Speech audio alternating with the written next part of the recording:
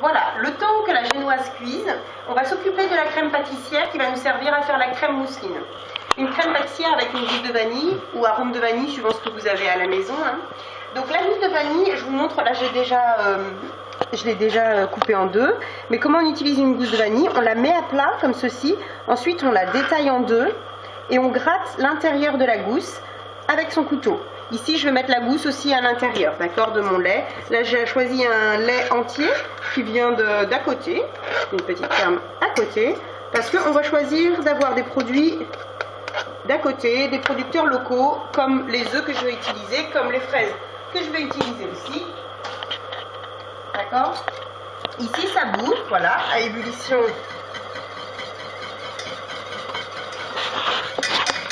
Je vais retirer ma gousse. Celle-là, elle va me déranger pour le mélange. D'accord?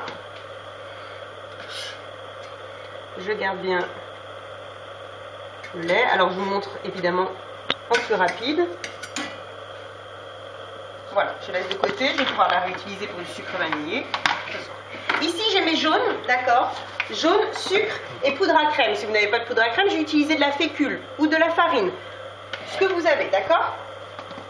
Ici, je vais mélanger ma poudre à crème et mon sucre semoule.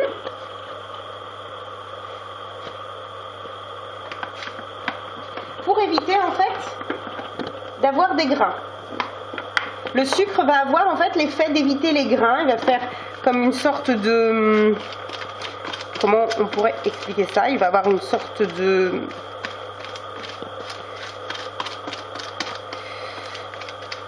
Il va entourer en fait la fécule et éviter que ça fasse que ça s'amalgame. Et donc éviter les grains évidemment. D'accord? Donc ça vous pouvez le faire au fouet ou ça, d'accord? Une fois que vous avez fait ça, vous allez incorporer au jaune d'œuf.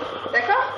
Vous incorporez et là vous blanchissez bien. Attention, une fois que les jaunes sont en contact avec le sucre, on blanchit bien notre mélange. C'est très très important.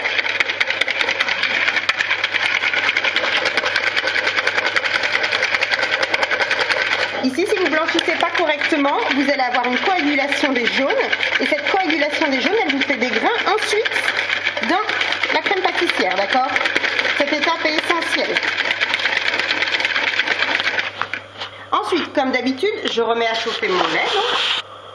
J'ai évidemment tout préparé de ce côté-là pour pouvoir débarrasser ma crème. Comme d'habitude, c'est pas parce qu'on est à la maison qu'on ne retient pas les règles d'hygiène. Je récupère bien ma vanille partout. Je dilue une partie de mon appareil avec le lait vanillé. D'accord? Je dilue bien. Pareil, cette partie, elle est essentielle. Si vous ne le faites pas correctement, cette dilution, vous avez des grains aussi. Et je remets le tout à chauffer. Je ne laisse rien dans les récipients, encore une fois. Je corne bien, très important. On est des professionnels. Et là, je laisse épaissir